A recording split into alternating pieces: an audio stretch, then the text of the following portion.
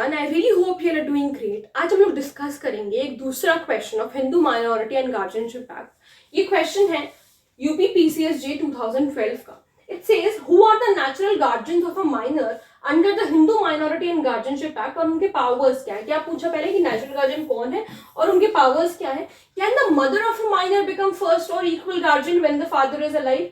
कह रहे क्या मदर पहली गार्जियन हो सकती है। अब अगर आपने पढ़ा है Hindu minority and guardianship act तो आपको पता है कि जो मदर है वो फर्स्ट गार्जियन नहीं होती है इन जनरल केसेस। कुछ एक्सेप्शनल केसेस हैं जहां पर वो फर्स्ट गार्जियन है, लेकिन जनरली वो फर्स्ट गार्जियन नहीं है। तो इन्होंने पूछा कि क्या जो माँ है माइनर की वो फर्स्ट या इक्वल गार्जियन हो सकती है अगर फादर जिंदा है तो भी। एक्सप्लेन करिए इसे।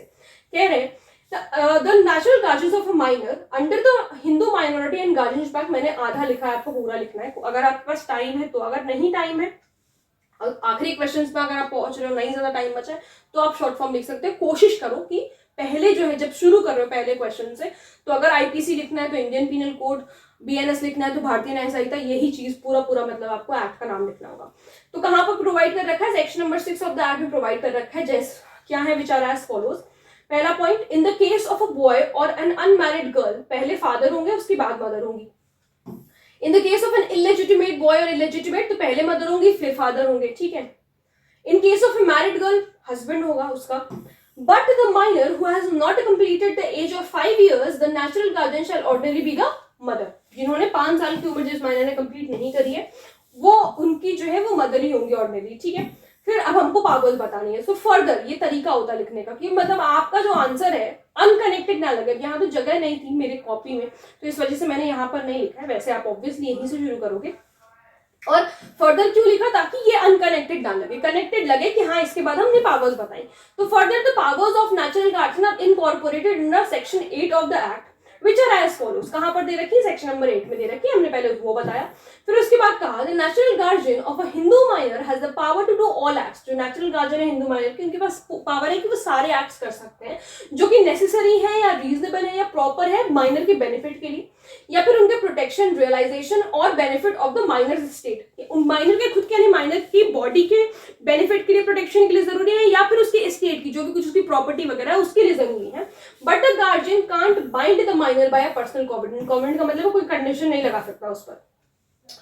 The natural guardian shall not mortgage, ना ही चार्ज करेगा, ना ही ट्रांसफर करेगा बाय सेल, गिफ्ट, एक्सचेंज और otherwise any part of the immovable property of the minor. Minor के नाम पे जो भी कुछ प्रॉपर्टी है उसको जो है नेचुरल गार्जियन छेड़छाड़ उससे नहीं कर सकता। और ना ही लीज कर सकता है किसी भी प्रॉपर्टी को फॉर अ टाइम एक्सीडिंग 5 साल। लीज कर सकता है, मेरी नहीं कर सकता, बिल्कुल नहीं कर सकता, कर सकता है लेकिन 5 साल से ज्यादा नहीं कर सकता। और for a term exceeding more than 1 year beyond the date of which the minor मान लीजिए 18 साल में वो मेजोरिटी अटेन करेगा तो 19 साल तक का वो लीज कर सकता है।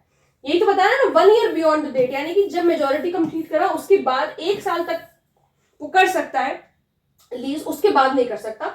Without the previous permission of the court ये सारी चीजें ही नहीं हो सकती हैं, ये बात ध्यान रखना। अगर कुछ भी आपको करना है माइनर की प्रॉपर्टी से छेड़छाड़ तो आपको कोर्ट की परमिशन लेनी होगी। फिर उसके बाद therefore any disposal of immovable property by natural guardian in contravention of the powers mentioned herein before। अगर कुछ भी डिस्पोजल वगैरह किया तो वो वॉइडेबल होता है at the instance of minor. Void नहीं होता, लेकिन अगर माइनर चाहे तो उसको चाहे तो इफेक्ट कराए, चाहे तो उसको नल एंड वॉइड घोषित करा दे, ठीक है। फर्दर मोर जो उन्होंने पूछा कि क्या मदर फर्स्ट और इक्वल गार्जियन बन सकती है, तो furthermore yes the mother can become first और equal guardian when the father is alive. अब एक्सप्लेन आप कैसे करोगे, केस लॉ से एक्सप्लेन कर, तो इससे बेहतर तरीका और कुछ नहीं हो सकता एक्सप्लेन करने का। अगर आपको थ्योरी कुछ याद आ रही है, कुछ ऐसा लिखना है तो आप उसको लिख सकते हो, नहीं तो केस लॉज अगर आपको याद है। और ये दोनों ही जो है बहुत लैंडमार्क केसेस हैं। कह रहा है as in case of Jijabai versus Pathan it was held that even when the father is alive mother can act as natural guardian, ठीक है। केस लॉ में ही बोल दिया गया है, प्रेसिडेंट में ही बोल दिया गया है कि हो सकता है मदर जो है नेचुरल गार्जियन बन सकती है भले ही पापा जिंदा हो तो भी। On this matter, in the landmark case Geeta Hariharan versus RBI, Supreme Court held that the word after in section number 6 cannot be interpreted to mean after the life। जो after word का इस्तेमाल किया गया, इसका ये मतलब नहीं कि जो फादर मर जाएंगे तो ही जो है मदर आएंगी पिक्चर में, नहीं। इसका ये मतलब है the word after means in absence of। मान लीजिए कि फादर ने जो है घर छोड़ दिया है और किसी कोई भी और रीजन हो सकता है, वो अब अनसाउंड माइंड के हो गए, कुछ भी हो गया, वो नहीं है, एब्सेंट है उनका। If the father is absent और इज होली इनडिफरेंट, मतलब कि उनको कोई मतलब ही नहीं है अफेयर्स ऑफ द माइनर से, क्या कर रहा है क्या नहीं कर रहा है उससे कोई मतलब नहीं है, so the mother will become the natural guardian of the minor, mother जो है वो नेचुरल गार्जियन माइनर की बन जाएगी। अब नेक्स्ट लेक्चर में हम लोग नेक्स्ट जो है क्वेश्चन डिस्कस करेंगे डी फैक्टो गार्जियन का, तो वो भी जरूर देखिएगा, इससे पहले भी हम लोगों ने एक क्वेश्चन डिस्कस किया, तो जिन्होंने नहीं देखा है वो लोग भी जाकर के उसको वहां से देख सकते हैं। अगर कोई प्रॉब्लम है, कोई डाउट है, कोई ऐसी चीज है जो समझ में नहीं आई है, तो आप लोग मुझसे कमेंट सेक्शन में पूछ सकते हैं। मिलते हैं नेक्स्ट वीडियो में, थैंक यू सो मच।